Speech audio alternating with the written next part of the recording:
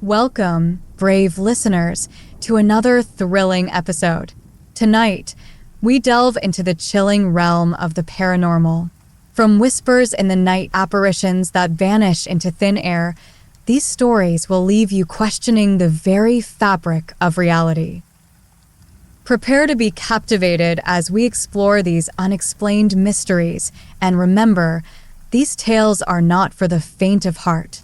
If you dare to journey with us, hit that subscribe button and join our community of the curious and the brave. Now, let's turn down the lights and turn up the intrigue. Story 1. The night my mom passed away, my boyfriend and I stayed with my dad. I couldn't sleep and was sitting in the living room with my back to the hallway. I heard my dad get out of bed, go down the hall, close the bathroom door, and then the water came on. After a few minutes of the water running, I went to see if he was okay. The bathroom door was closed, the water was on, the room was empty, and my dad was sound asleep in his bed. This all happened at 3 a.m. The next night, I woke up in my bed at the exact same time, only to have my dad call because he swore he heard my mom saying his name. For the week after she passed, we both woke up in different homes at the same time every night, and then it just stopped. Story 2. When I was 6, I went on a vacation with my parents. My mom and I went down to the pool. She went into the hot tub and I went swimming. I was in the middle of the pool and something grabbed the back of my head and pushed it further under the water. I came up freaking out thinking it was my mom, but she was basically asleep in the hot tub, which was not close to the pool. I've never forgotten it. There was also no one else there, just my mom and I. Story 3. My grandfather passed away unexpectedly last year, which was a huge shock because he was young and in good health. We all gathered in my grandma's house for the funeral, and since I don't do well with crowds, I was in the living room while everyone else was outside. So I'm drawing in my sketchbook when I hear a noise from the hallway. I looked up to see my grandfather peeking into the living room, but it didn't really look like him, more like something pretending to be him. I didn't know what to do, so I just stared at him. Then I asked, "Who are you?" His face suddenly changed, going from normal to a very demonic smile that completely twisted his face. I jumped up from the couch and ran outside, where I told my dad that there was something in the house. Everyone looked through the house, but there was nothing there. For a moment, I thought it was just a hallucination, but the next day, my grandma woke up freaking out saying there was a monster in the house. She described it as a monster disguised as my grandfather. I don't want to ask her about it, so whatever that thing was may have to remain a mystery. Story 4.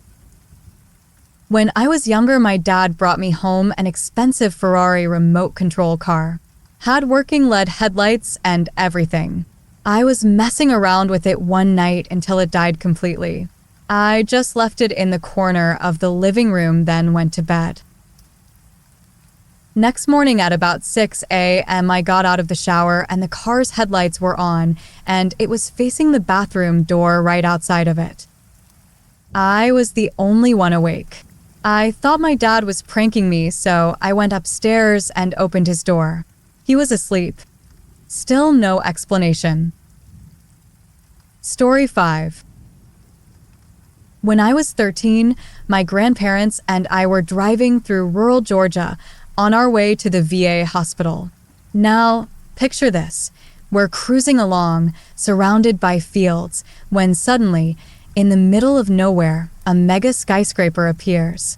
It's mirrored, with a giant spire, just like the Avengers Tower, but plopped down right in the middle of a wheat field. We screeched to a halt, completely bewildered. "What the heck is this?" we all exclaimed. Then, the strangest part, when we drove back a little later, the skyscraper had vanished. Just the field remained. Story 6. One day, my brother, who was only 2 or 3 years old at the time, mentioned seeing someone when he was in the house. He would regularly say, "There she is, smoking again." We found it curious, and whenever we arrived home, he'd greet this unseen figure with a friendly hello. Later, we learned from a neighbor that the previous resident was an elderly woman who was known for being a heavy smoker. Interestingly, the bedroom always felt significantly cooler than the rest of the house, and we'd hear the floorboards creak throughout the night. Story 7. I was very young, probably under 5 years old, when my mom was talking about my granddad. He had died when she was just 12, down in the coal mines. His name was Jim or James, and I had never seen a picture of him or even heard his name mentioned before. Yet, I turned to my mom and said, "Oh, that's Granddad. He says hello and wants you to stop worrying about him. He's all right now and says you need to be happy." Obviously, Mom didn't believe me at first. She asked what he looked like. I told her he was a really tall man with a beard, and he wore a funny kind of skirt. I explained that he was a drummer in Scotland and wore a kilt with pride, even being buried in it. He had bright blue eyes, and he said you fell off your bike when you were about my age, but you got right back on, and he's very proud of you for that. Mom burst into tears then, and that made me tear up too. I don't remember this happening at all, but Mom says the details I gave were incredibly accurate, so much so that it gave her chills. Story 8. I used to live in a house in the UK, built hundreds of years ago. The landlords would always say they thought it was haunted. Well, in the townhouse, I was on the 3rd floor all alone one day. There were cracks in the door that kept getting visibly bigger and bigger. I was lying there just looking at them when the lights that shine through the cracks turned dark as if someone had just walked past the door. Also, I heard someone whisper mine and my siblings' names into my ear while I was just laying there in bed. I was young and terrified. Story 9. Back in the 90s, we were crammed into a beat-up trailer from the 60s or 70s. It was so rotten. The only place that held any heat was the living room. Young as I was, that meant Mom and I were sleeping there together, trying to stay warm, with a clear view of the kitchen. One night, a noise ripped us awake. We both looked over, and there it was, 2 distinct, white, almost see-through figures drifting into the kitchen. We've never spoken of it, but that memory's as clear as day for a kid. Even weirder, way back in kindergarten, we lived in another house where I'd wake up every night in the same room, just riddled with nightmares and night terrors. Only in that room, mind you. Turns out, after the fact, the realtor fessed up to Mom that a man had died there before we moved in. Dad always said he never saw Mom slap someone until the day she heard that. Story 10. This one is ongoing. Our home is about 100 years old Irish cottage we renovated before having kids. The last of the family who originally owned the property was a well-known character who seemed to have a mostly liquid diet. He lived a long life before passing away, and the house soon became derelict. Fast forward 5 years. My children have toy tractors and other vehicles that otherwise make noise. If they're in the old part of the house, the tractors and vehicles randomly turn on in the night. The remote control ones will suddenly start driving.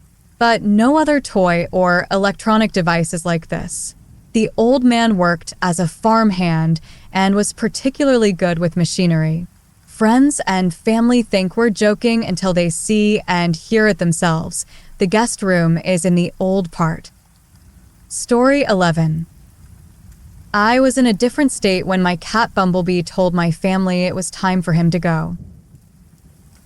He'd been sick for a while, but I had been hoping he'd pull through at least until I got home, so I could be with him when it was time. My mom held the phone by him, so I could talk to him as he was put to sleep. When it was done, She just let me know he was gone. We were both sobbing. He was such a good boy, and hung up. I curled up in bed. I was staying at my grandma's during my trip, and she had no pets whatsoever, and just let myself cry. I felt something get on the bed with me, like a bouncy weight jumped up behind me by my legs. I felt it moved up the mattress behind me, felt this little weight crawl over my side, and then stop right in front of my stomach. That had been B's favorite spot to nap with me, just curled up against my stomach. I was terrified to look down, not of him, but that the feeling would go away if I did. I didn't move. I just told him how much I loved him and eventually fell asleep from crying so damn hard. It still hurt like hell, but I felt much better when I woke up like an hour later. I'm positive my boy came to say goodbye. Story 12. One of the only things I've experienced that I cannot explain is when I was a teenager and living with my mom and sister. I was a night owl, so I'd usually stay up all night and go to bed around dawn. They went to bed at a normal, much earlier time. I was in my room with my cat Gretel and heard the faucet in the bathroom next to my room turn on full force at about 3 a.m. Had anyone come down the hall to use the bathroom, I would have heard the floors creaking and the door shut since it was opposite my wall. I thought it was strange, but I turned it off and went back to my room, leaving my door open. When I came back to my room, I noticed my cat was not on my bed anymore. I looked around and finally found her under my bed. She was backed up against the wall, puffed up with black eyes, and her ears were back. All of a sudden, the pitch-black hall seemed very scary, so I shut my door. Story 13. In my early 20s, I spent the night at my boyfriend's aunt's house. Woke up in the middle of the night, and there was a woman sitting on the end of the bed staring at me. Scared to death, I closed my eyes and would not move. Next morning, told boyfriend about it and described the woman. The aunt bought out a picture of the woman I described, and it was his great-grandmother, who is deceased. The photo was exactly her. Would never spend the night there again. Story 14. I was traveling one day and got 2 flat tires after I crossed some railroad tracks. Well, of course I didn't have any spares, and I was stranded away from any streets with no tire or auto shops, with absolutely zero signal, basically rendering cell phones ineffective. But I only had to wait about 5 minutes, and a loud truck approached me, rolled down the window, and asked me if he could help. I told him what happened, and he offered to take me to a tire shop to get new tires. For some odd reason, I felt comfortable with this dude and let him drive me there. When we got to the shop, he made sure that I purchased the best tires with the best guarantee. He then drove me back to my car and put the tires on. And this part still gives me chills. When he was done, I turned around to thank him, but he was gone. Like I said before, when he first came, his truck was really loud, but I heard absolutely nothing that indicated that he had left. Story 15. I once got woken up at about 2:20 a.m. by the access panel falling off my furnace. I live in a small apartment, and the furnace is in a little closet 4 foot from my bedroom door. It sounded like a fucking cymbal crashing in the middle of the night. Needless to say, it put me immediately in panic or survival mode. I ran out into the living room and saw a weird light on a door as I passed by. It was the pilot light from the furnace shining through the slats in the closet door. A screw had finally given way and decided to do so in the middle of the night.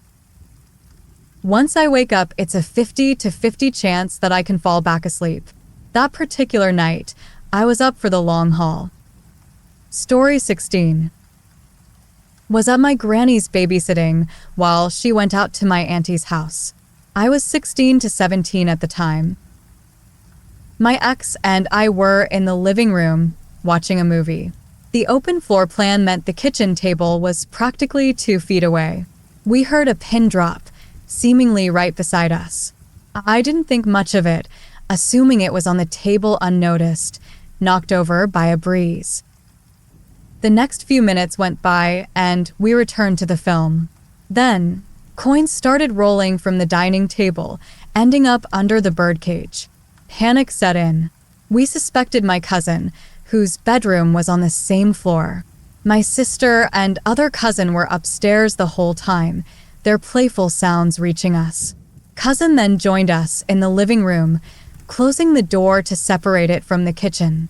Still, we heard my sister and the other cousin upstairs, and the coins rolled again. When my granny returned, we recounted everything. We showed her the fallen pen, and she laughed.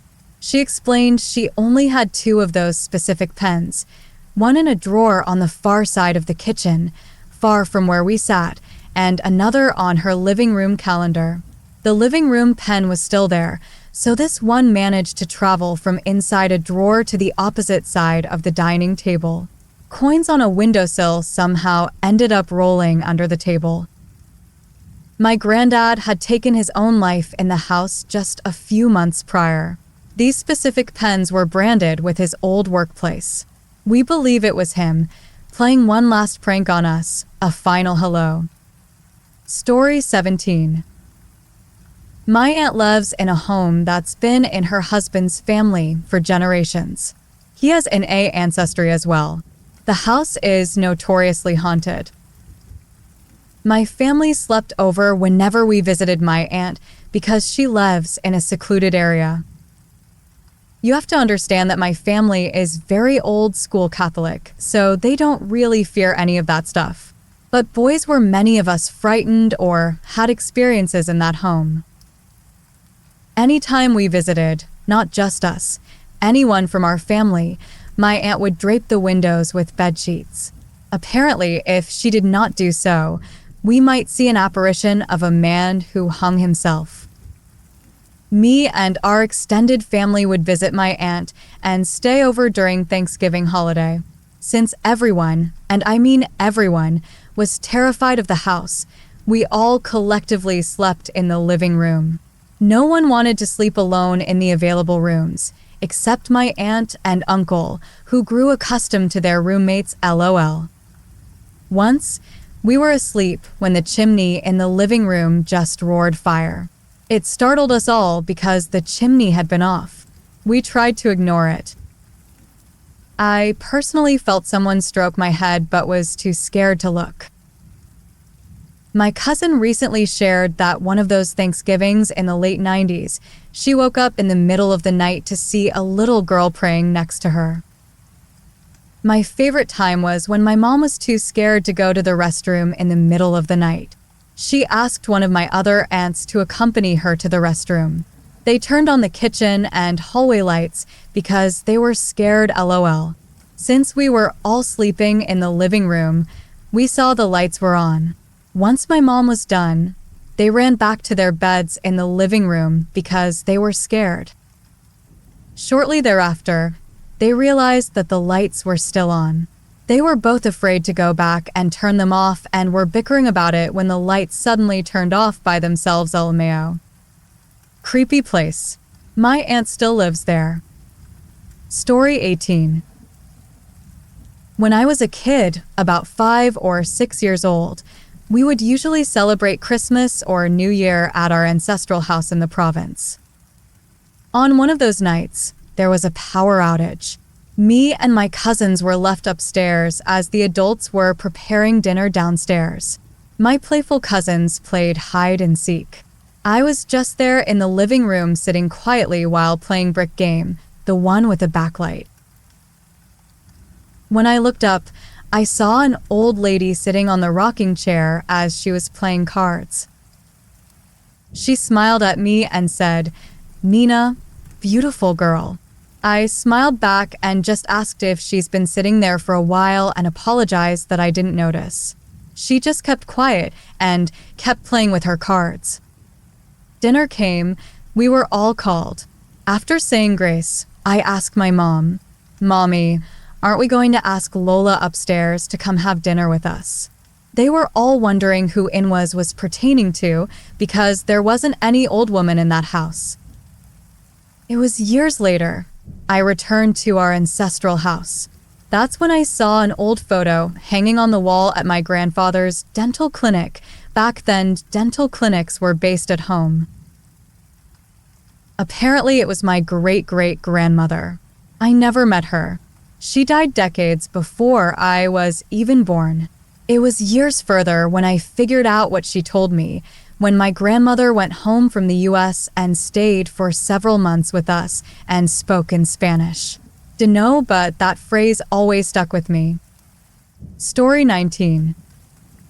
One night as a kid, I was sitting in my living room watching TV. I had a plastic water bottle in front of me. It had previously been frozen, and I'd been sipping on it as it melted, resulting in a dildo-shaped chunk of ice sitting loosely inside. After watching TV like this for at least a half hour, I started hearing this loud rattling sound. I looked down at the water bottle in front of me, and it was just shaking violently. When I went crying to my mom, she tried to tell me the ice had just adjusted and moved in the bottle. But I saw it so clearly, and there is no way the ice slipping could cause sustained violent shaking like that. The house that I lived in was very creepy, and I had tons more paranormal-esque encounters there. But that one definitely takes the cake. Story 20. It still gives me chills. 1 minute. The clock on the wall beside me was counting down the seconds like it always had, years hanging steady on that same nail. The next, it was a shattered mess on the floor. The nail? Still stubbornly clinging to the wall. It just didn't make sense. That clock had been there forever, and it would have taken a serious shove to send it flying that far, that hard. Years later, the memory still hangs heavy, a question mark with no answer. Then there's the RC car controller incident. High school me, jolted awake in the middle of the night. I stumbled out of bed, ready for another day, only to find the controller, usually perched regally on its wall-mounted shelf, surrounded by trinkets, lying on the floor by my bed, across the room. Dust undisturbed, a ghostly film coating it like a forgotten relic. The surrounding knickknacks? A little ruffled, like a playful, unseen paw had batted them around before launching the controller on its bizarre journey. I racked my brain then, and I rack my brain now, but the how remains a frustrating mystery. Story 21. It was a strange dream. I was 13, and for once, faces materialized with a clarity that shattered the usual dreamlike haze. No more blurry figures or dream people I'd mistake for loved ones. These were A, my classmate, and B, the son of a family friend, both familiar faces from the cramped confines of the little school bus that rattled us 10 miles home every day. Except, this time, the bus was strangely empty, the usual chatter and camaraderie replaced by an unsettling quiet. We reached B's stop, the one right before mine, and he hopped off without a word. Curiosity piqued. I asked why he wasn't following suit. His answer was simple, yet laced with an unnerving finality. I don't live there anymore. Dreams are weird, I told myself, trying to shrug it off. But the peculiarity lingered. Before the bus doors could hiss shut and the engine sputter back to life, B reappeared in a flurry of motion, backpack forgotten on his seat, a detail so specific it felt ripped from waking life. With him back aboard, the driver pulled away, the familiar route blurring past the windows. But something was off. We were hurtling past B's stop, the designated place where he always disembarked. He just settled back into his seat, a strange acceptance coloring his voice. Well, I guess I'm not going back either. The ride to my stop was a blur of conversation, a heartfelt discourse unlike any I'd ever had with A. We talked about forgiveness, about letting go of hurts and grudges. It was a profound exchange, the kind that stays with you long after waking. Then, It was my turn to get off, the rest of the night dissolving into a forgotten haze by morning. The dream clung to me, vivid and unsettling, even after I woke. The next day, a heavy silence hung over the classroom. Neither A nor B were at their desks, their empty chairs stark reminders of their absence. Not a huge deal, I rationalized. We weren't exactly a tight-knit group. But the following day, the weight of reality slammed into me. Our normally stoic teacher choked back tears, her voice thick with emotion as she announced I had taken his own life that very same night I dreamt of our peculiar bus ride. Later that day, back home, another blow struck. Mom, her eyes filled with a grief that mirrored the teacher's, delivered the news. I was gone, but not like in my dream. He'd been battling a relentless illness, his small frame finally succumbing to its relentless grip. He'd passed peacefully, surrounded by loved ones. This January will be 10 years since they left us. I've had other strange experiences, unsettling encounters I can try to explain away with logic or coincidence. But this dream, this remains the most inexplicable, the most blatantly paranormal event of my life. It wasn't just a dream. It felt like a glimpse into something beyond my understanding, a whisper from the other side carrying an echo of goodbyes yet to come. Story 22. I don't subscribe to the paranormal in the slightest. But there's this one incident that clung to me and 3 of my closest friends like a stubborn seashell stuck to your swimsuit. It defies logic, and even after all these years, it pops into my head on nights with a similar inky sky, the kind dusted with a million stars. We were just a bunch of teenagers back then, sprawled out on the beach. The air was thick with the smell of salt and sunscreen, the kind of night where worries dissolve like castles built in the sand. Suddenly, a figure emerged from the water, a young girl, no older than 12 or 13, tears carving tracks through the sand on her cheeks. My initial thought, of course, was the standard beachgoer's nightmare, a rogue seashell taking a nasty chunk out of her foot. But one of my friends, let's call him John, was genuinely rattled. There was a raw, primal worry in his eyes that sent a shiver down my spine. So, the 4 of us started following her at a cautious distance, maybe 15, 20 yards back. The silence was broken only by the rhythmic crash of the waves and a weird, prickling unease that settled in the pit of my stomach. She walked with a purpose, a strange determination for someone so young and seemingly distraught.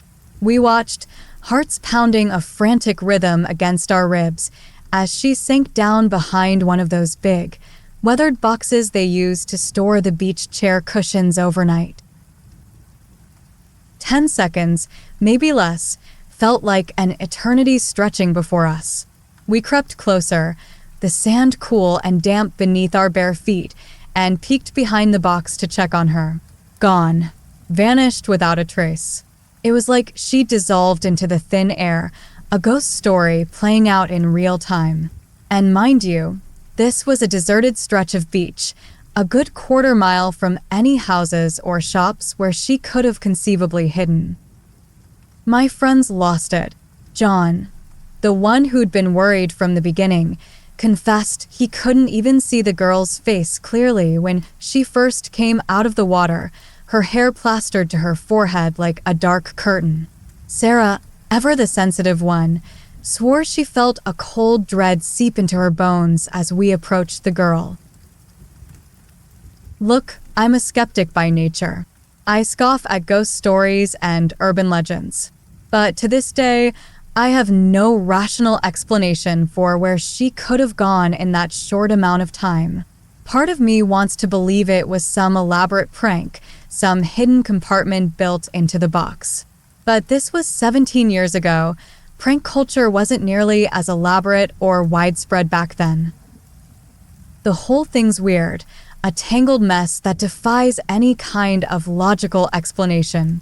But the spookiest part for me, a young girl out in the middle of the ocean at night, all alone. It just doesn't sit right. It leaves a cold, clammy feeling on my skin, a shiver crawling up my spine, even now, all these years later.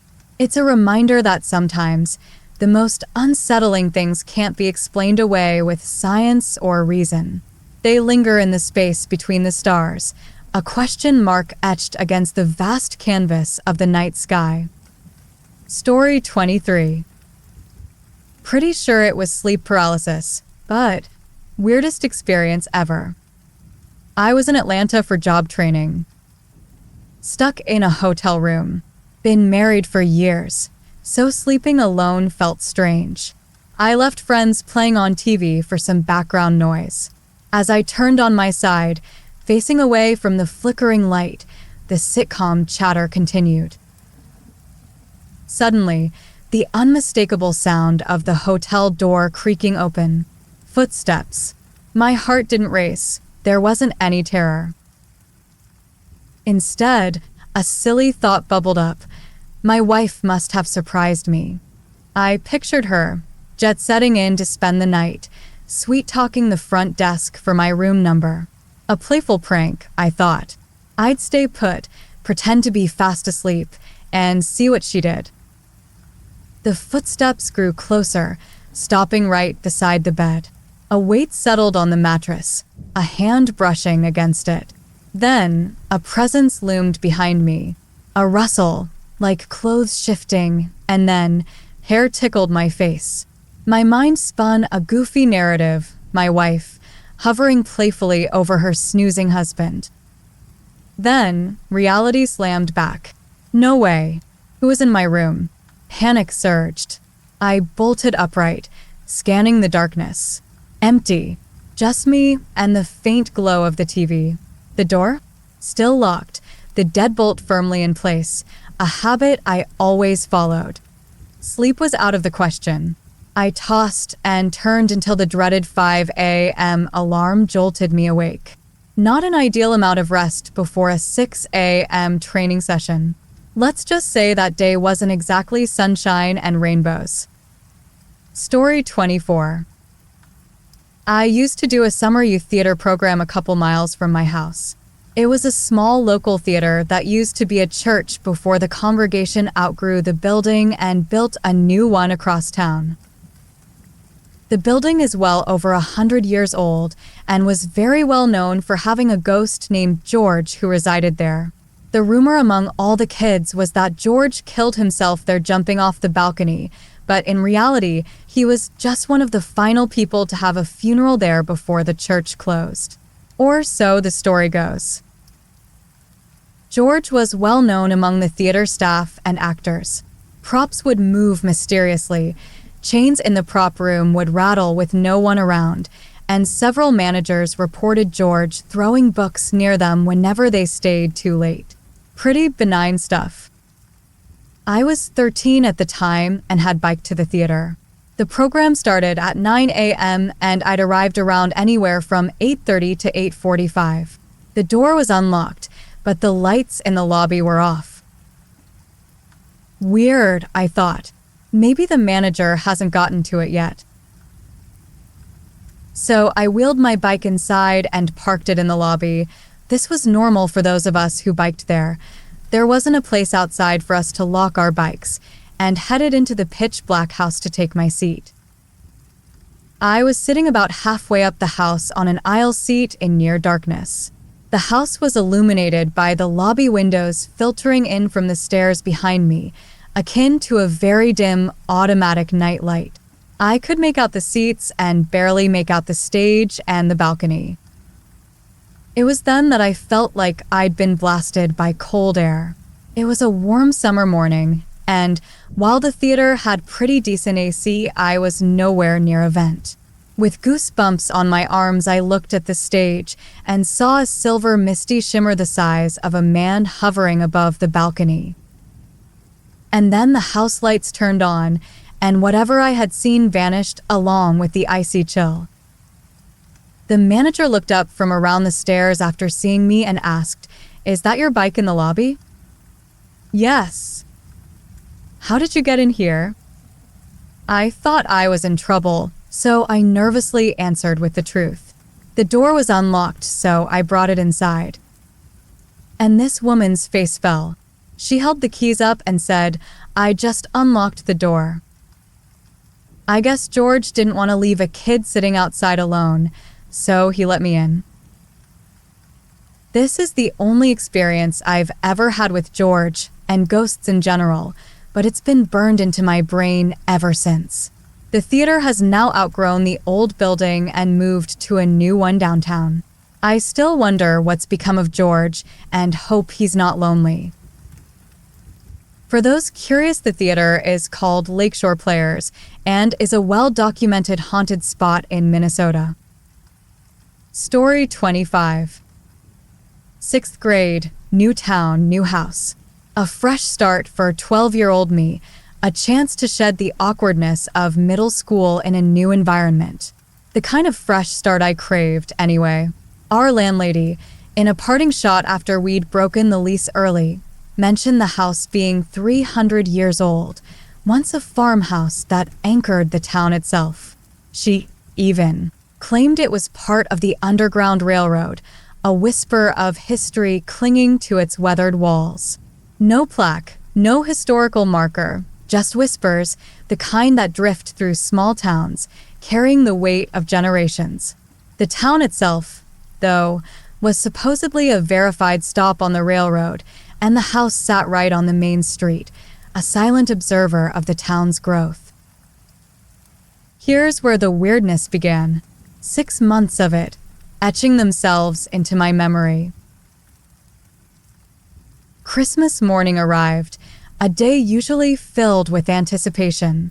Mom and my sister jolted me awake, but it was another sound that cut through the air, a flurry of footsteps descending the hallway, then pounding down the stairs. Panic surged. Mom grabbed a bat from my closet.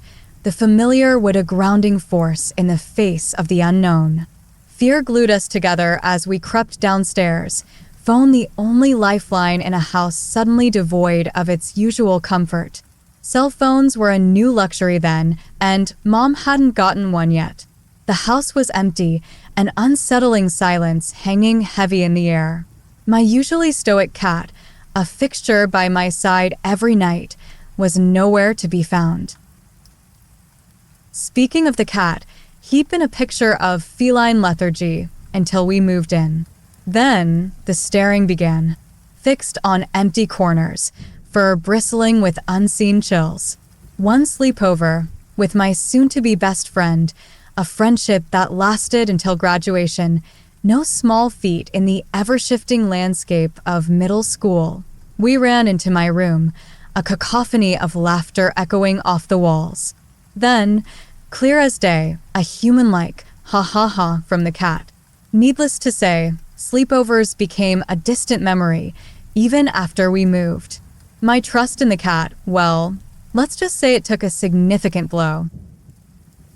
Birthdays weren't immune to the strange occurrences.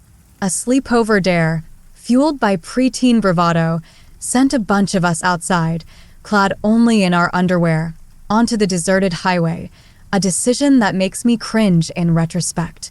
A frantic yell, "Your mom's looking out the door," sent us scrambling inside, expecting a major scolding. Fast asleep, a symphony of snores confirming her slumber. Multiple witnesses, a story retold through high school, a testament to the collective weirdness of that night. Mom, ever the pragmatist, decided to bring in a medium. The basement door came up during their conversation, not hanging on its hinges, mind you, but buried under a pile of bricks in a cramped crawl space. Invisible unless you went digging, a hidden compartment whispering of secrets. The medium, with a knowing nod, rattled off a story about a family, children who died in the house, the usual spooky fare. But how'd she know about the door? A detail hidden beneath layers of bricks and time. The final straw? Mom and I, Standing in the kitchen, a distinct feeling washing over us, footsteps on the hardwood floor, right beside us. Unheard, but undeniable. We froze, locked in a silent stare. That was it. We were out of there. Next day, there's more, bits and pieces lost to the hazy fog of time, but these are the vivid ones that continue to linger. Do I believe in ghosts? Not sure, but that house, freaky as hell, still chills me to this day. Long story, I know, but hey, maybe someone out there is looking for a good yarn, a glimpse into the unsettling and the unexplained. After all, even the most ordinary houses can hold extraordinary secrets. Story 26. I don't know if it really counts as a paranormal experience, but one night during high school, my friends and I took our boats over to Fire Island to sleep out. We got hit with a brief thunderstorm that was supposed to miss us, so we walked over to the ocean side of the island to watch the lightning over the ocean. While standing in the rain with my friends and watching the lightning, I got a feeling of déjà vu that I just never felt before or since. I'm having a hard time putting into words what I felt, but it wasn't so much a, oh hey, I've seen this beach 1,000 times before sensation, so much as a, I've lived in this exact moment before. I wasn't experiencing the thunderstorm on the beach as much as I was remembering it again. I never felt that way before and have never felt that way since. Story 27. When I was around 14 years old, I had to put down my Siberian husky. She was large for a female husky and looked almost exactly like a wolf, light gray markings and deep brown eyes. She had the husky stare down too. She had cancer and canine dementia and couldn't walk very well, but was still her sassy self up until we had to let her go. My dog was very protective of me and showed her teeth when anyone came close. She was my dad's dog, but she followed me around everywhere and protected me if she felt I was in danger. A few weeks after we had put her down, I went into my family's garage to get some drinks. The door to our garage has a few wooden steps with a big white meat freezer to the right and empty space to park the car in front and to the left. The drinks were on top of the freezer, so I went down the steps and grabbed a few cans.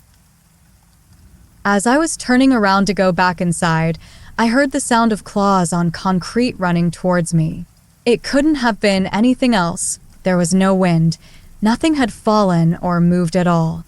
It sounded exactly like my dog had run up to me as if I'd been gone for a long time and had just come home. If you own dogs, you know that the scrambling sound of paws on a hard surface can't be mistaken for anything else.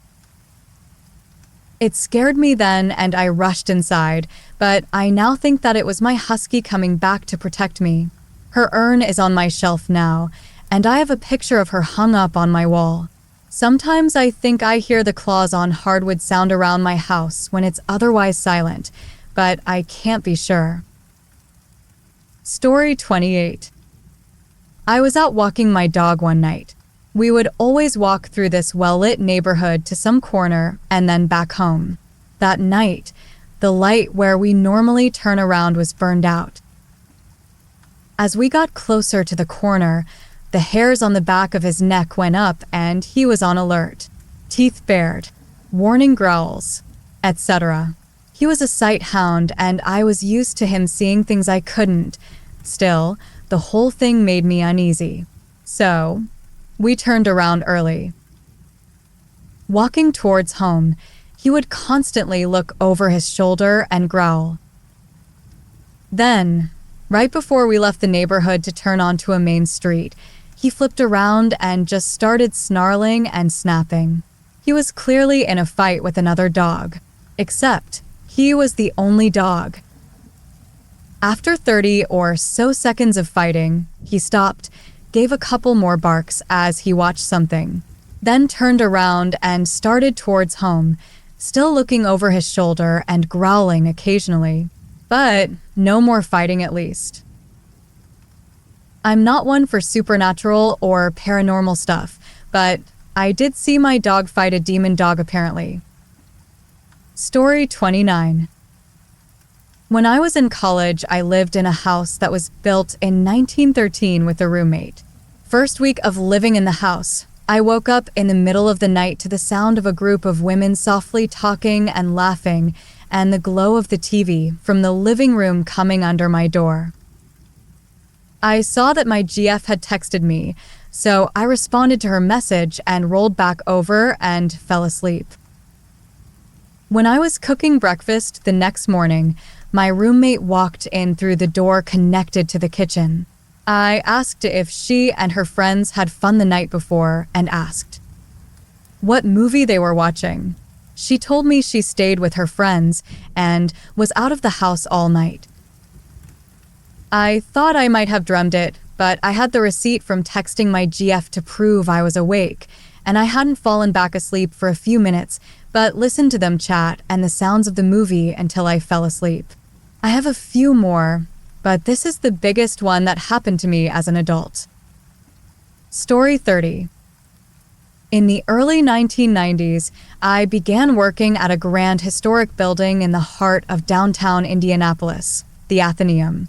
In the early 20th century, it had been a bustling center for German immigrants newly arrived in America. The Athenaeum employed a sizable staff and offered a gymnasium, attracting people from surrounding businesses. It was a place where people came, worked, lived, and some even died. In 1992, I started working in the freshly renovated former ballroom, now known as the American Cabaret Theater. My duties were varied, encompassing all aspects of the theater at all hours. By night, I worked backstage during rehearsals and on weekends during live performances. It was during this time that I began to experience strange phenomena. I'd catch glimpses of figures out of the corner of my eye or feel objects was by me as if thrown, though no one was physically present. One particularly vivid experience occurred while cleaning up after a roof replacement. Sweeping piles of dirt, my gaze fell upon a pair of lace-up women's shoes and a long, flowing dress with a white apron. Looking up, I saw the apparition of a woman, perhaps a doctor, her curiosity mirroring my own. She faded away as quickly as she appeared. Energized and excited by this encounter, I never witnessed her again. However, it remains an unforgettable experience from my 2+ years working at the theater. Story 31. Around 14, I found myself tucked into an old Pittsburgh hotel. The name escapes me now. The room had 2 queen beds, one for me and the other for Dad and his new wife. We were in town for a wedding. As Dad flicked off the light for the night, I caught a glimpse towards the window. There, in the white curtain, a face flickered back and forth, bathed in the light from outside. It looked uncannily like a human head, shrouded in a gauzy scarf. I stared, mind racing. Maybe it was just shadows, the air conditioner messing with the fabric? I squeezed my eyes shut, willing it away, but it remained. A prickle of fear snaked up my spine. I sat bolt upright, determined to see past any tricks of the light. The figure held fast, and my voice trembled as I called out to Dad, pleading for him to turn the light back on. I'd seen something. He grumbled, clearly annoyed, but complied. The room flooded with light, and just like that, the apparition vanished. The curtains hung limp, lifeless. Knowing Dad and his no-nonsense approach, I choked back the word face and mumbled a weak nothing. The light clicked off again, and the figure reappeared. I watched it for a while, a strange calm settling over me. It wasn't going to hurt me, of that I felt certain. So, I burrowed under the covers, squeezing my eyes shut until sleep, finally, mercifully, swept me away. Even now, all these years later, I have no explanation for what I saw that night. Back then, Ghosts were nothing but campfire stories to me. Yet, there I was, with an experience that shattered that belief. I kept it a secret for years, the fear of ridicule clinging to me like a shroud. Story 32. When I was 12, my friend and I were on his family's property, looking for a spot to build a fort. We heard distant gunshots, and as soon as he turned around, I saw in broad daylight a white, scrawny, human-like figure with black, beady eyes, long, black teeth, a neck dangling like a turkey's, skin that glowed in the dark kind of white, and it was running on all fours with long, black claws on its hands and toes. It was panting and making a noise I couldn't even mimic. It was running from my right to my left without glancing at me. It was about 6 feet in front of me, and I turned around and started sprinting and crying. I tried to explain what I saw, but was immediately made fun of by the adults. Flash forward to 3 months ago, I received a text from that same friend. I'm 24 now, and he told me his dad built a warehouse in that same area. He and his workers hear crying and strange, croaking sounds outside and inside the building at random times, as well as throughout the woods around it. Recently, his father went to check out a crying noise in the warehouse late at night, but was soon chased out of the building by the exact same creature I described. Story 33. Sat home from school, maybe 13, 14 years old, just chilling, watching daytime TV. Suddenly, the whole living room goes cold. The fire's on full blast, yet. The cat starts to hiss, fixated on the corner of the room. The hair on my neck stands on end. I follow the cat's gaze and see this dark shadow, crossing so slowly from one corner of the room to the other side. I can see my own breath as I exhale. The cat's yowling, for bristled, tail swishing violently back and forth. I'm frozen, stuck in place. I can't move, can't see through this shadow. It's so dark, too dark. It doesn't even have a form, just black, thick mist. Then, as it reaches near the TV, the sound cuts out, but the picture remains. And just like that, the thing disappears, and everything goes back to normal. Wasn't on meds or drugs, don't smoke. Just me and the cat home. It stayed with me all these years. Story 34. I have had a few, but a nice one is this. 14 years ago, I had a car. Now I no longer have, and I was driving home one day. Not exactly too fast. I was never a must-get-there-fast type of driver, but at the speed limit. I was already less than a mile from home and entering a series of curves where you cannot see what is behind the curve, as the bushes around the road are too thick. At that moment, I heard a very kind male voice that strongly reminded me of my long-deceased grandpa. "Hey, my name. Where are you hurrying so much? Slow down."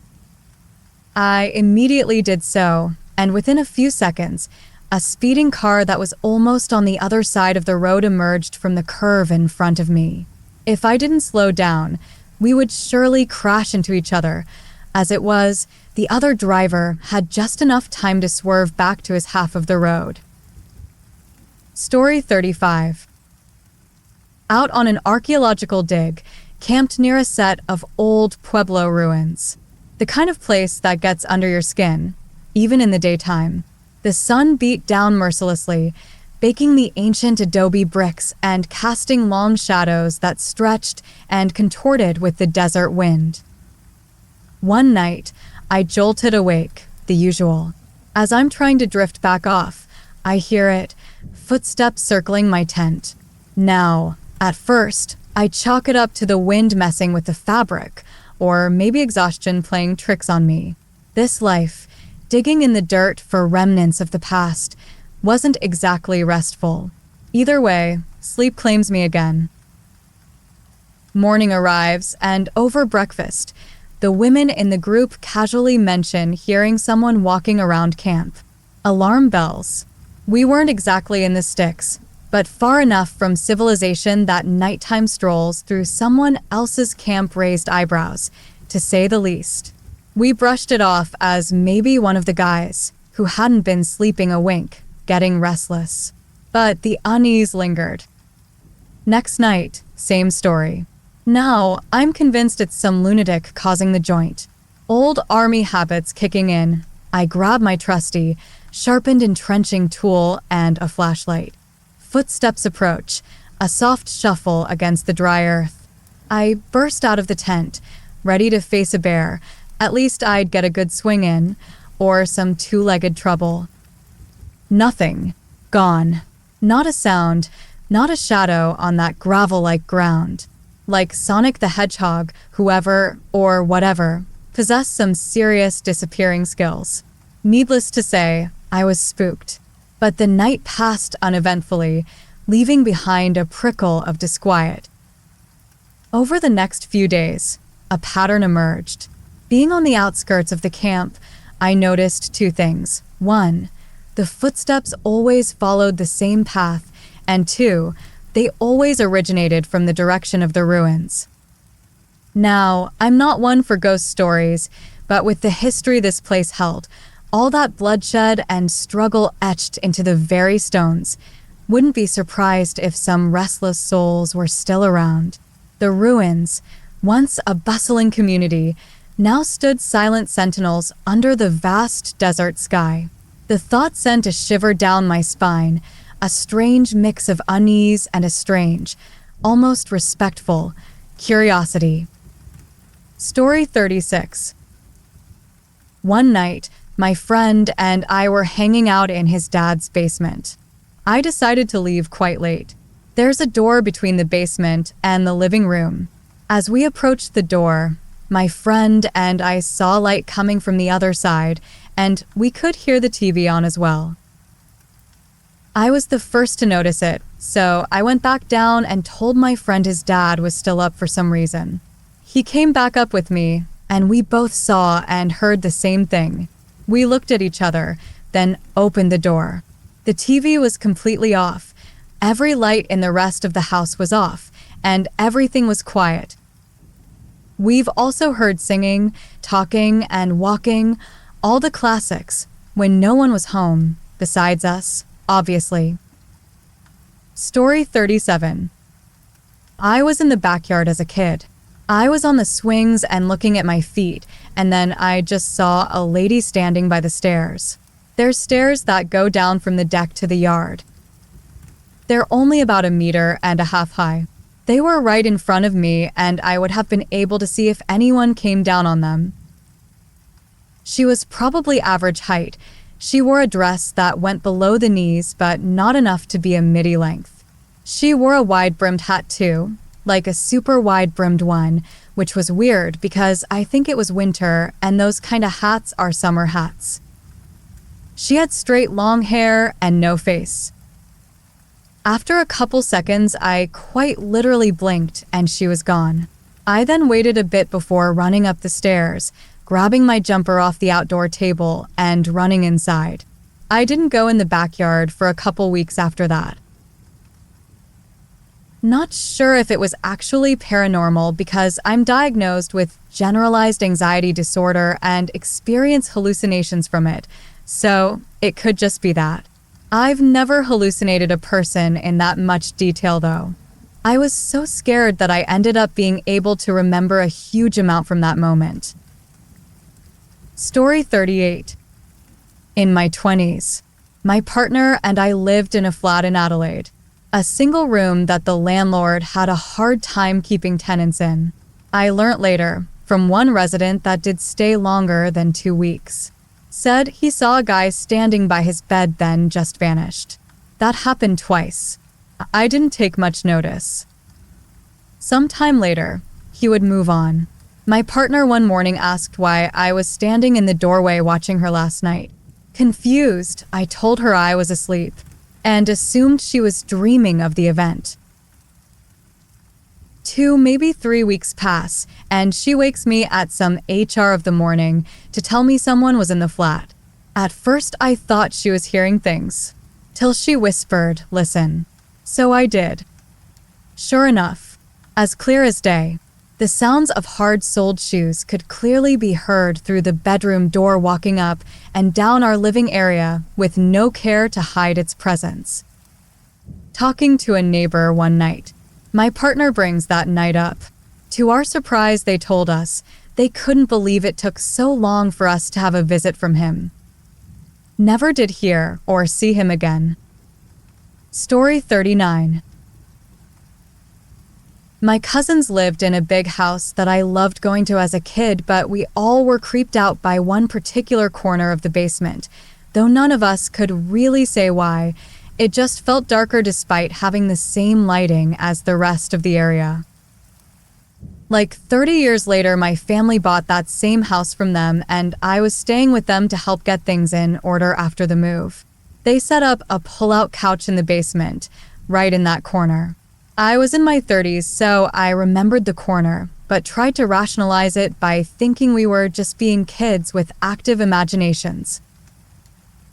One night, I was sitting on the edge of the pull-out playing some video games alone when I felt the mattress dip slightly near my right butt cheek, like someone or something relatively small, like a small person or big child, was sitting down really slowly. Since it was a pull-out mattress, it also had springs, and I heard them stretch and clink like there was now more weight on the bed, but I hadn't moved a muscle and nobody else was there. Story 40. I grew up in my parents' 120-year-old house. My bedroom was a converted attic. There was a storage closet in the corner of my bedroom, and something dark lived in it. Kids are resilient, and we came to an understanding, and I never messed with it. Fast forward about 20 years, and I'm about to visit home with my fiancé, now wife. I warned her ahead of time about the closet, which I had never spoken about with anyone. She didn't believe me. Previously, my brother and his family stayed with my parents for a few months when he got out of the Navy. They stayed in my room. So, my wife calls my sister-in-law to ask her if anything weird ever happened. My sister-in-law says to her, "Do you mean the dark thing in the corner?" Story 41. In my childhood house, we had a cousin watch our house for a weekend while we were on vacation. When my family came back, he said he's never staying alone in the house again. He said that every night he heard footsteps in the hallway and what sounded like people outside of the bedroom door. Also, I used to hear my name being called in the middle of the night, saw an actual apparition one day, and my mom would sometimes feel someone get into bed next to her in the middle of the night, but my dad wasn't home until later because he worked the night shift. I'm atheist, but these experiences alone have convinced me that at the very least there's something, whether it be another dimension, that's there. Story 42. I have a couple. I was in my bedroom upstairs. My house is 2 stories high. There's the main floor and the upstairs. The upstairs just had a bedroom, living room, and a walk-in closet. So think of it like a loft, I guess. Creepy as shit at nighttime. Think of you walk out of your bedroom, immediately in the living room, look to your left, pitch black stairs, can't see down. And if you look straight, you see a dark-ass room, and the only lighting is the small reflection around the shade, walk-in closet. Anyway, I was on FaceTime with my best friend, and we stopped talking for a second. Right after, I heard this loud bang on my wall, and it shook my photo board thing. I was wide-eyed, and I looked at my fraud, and she was like, "Pumpkin, you're not crazy." I said, "What do you mean?" And then she told me about how she heard it too. Opened my door to see what happened, and nothing was out of order. A lot of times my posters would randomly fall off the walls. It was weird because I hung them up the same way I did at my old house, and they never fell. This next one is just me and my overactive imagination as a kid. When I was about 8, I learned about Bloody Mary. I don't know how, but I just did. And I was terrified. I was not allowed to be alone in the house because I would scream and cry. Falling asleep alone? Not a thing. Someone had to be there until I slept. Wake up in the middle of the night? I would scream until someone came in. This is embarrassing, but I couldn't shower or use the bathroom without someone there. This lasted for months until I went to therapy. Once I went to therapy, just that one visit, everything went away. It didn't help that this house was about an acre of land surrounded by trees. It was extremely dark at night, like pitch black once again. I also could never be able to bring myself across the yard. It was so quiet near the trees and the house was so far away, and I just always felt watched. Story 43. I was home alone at my grandparents' house, as I usually did on weekends. They were going out for just a few hours, but this time it was nighttime. Addicted to their computer, I wasn't fazed at all, knowing I'd be entertained. They left, and about an hour later, I was engrossed in the computer. This was back in the 2010s, so landlines were still common. They had these old-fashioned landlines, one mounted downstairs in the kitchen and another right above where I sat in the office. The lines had a red light that beamed when in use, and a message displayed that said, "Line in use." It was hard to miss, as the red light itself was bigger than a quarter. Out of the corner of my eye, I noticed the red light while on the computer. I looked up, and it said the line was in use, with the big red light glaring. This was strange, as I hadn't heard anyone come home yet. After that realization, fear prickled at me. Too nervous to check downstairs, I picked up the receiver to see if I could hear what was going on. After all, the only line that would be in use would be the one downstairs. I picked it up and heard a faint dripping noise and other faint sounds. It was unsettling. I hung up, finally mustering the courage to check downstairs. As I walked down the stairs, the other line seemed untouched.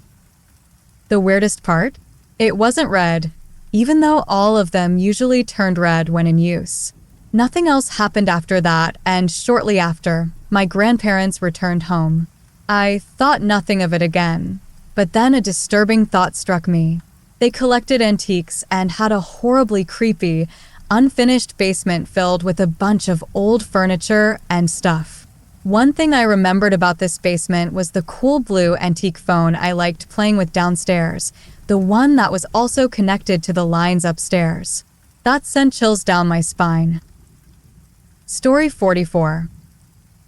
My grandmother passed away in October 1995. Just 7 months later, my grandfather was in hospice care, and we were all camped out at his place for his final days. One morning, a yell jolted us awake. "No, it's not fair. It's finally my time," he bellowed. We figured he was yelling at my grandmother, like she'd come to take him. We all suspected the "finally my time" part was because, well, he hadn't exactly been Father of the Year, beatings, the whole alcoholic rage thing. But to me, he was a great grandpa. Still, with Grandma gone, the spotlight was on him, and I guess he just wasn't ready to step out. He hung on for another week or so. Speaking of Grandma, she passed a few months shy of my 16th birthday. I came home from school, checked the answering machine, and heard this raspy voice singing, "Happy birthday, dear Paul." Figured it was my aunt, so I called to thank her, but she swore up and down it wasn't her. The only other person with that sandpaper voice was Grandma, both chain smokers, you see. Plus, my family called me Paul, and everyone else called me Mike. Double take city. Went to listen again, and poof, nothing. Message vanished. Last one. My stepdad was fading away in a nursing home. Mom had a party with her cousin, and I wasn't exactly thrilled about being the designated midnight drunk driver. Told my wife and kiddo it was fine. She needs this. Her husband's gonna be gone any minute now. Drove her home. Crashed in bed. 3 a.m. rolls around, I bolt upright, blurt out, "Goodbye, Joe." Then right back to sleep. few hours later, the phone rings. Mom, voice thick with tears, says he passed away during the night.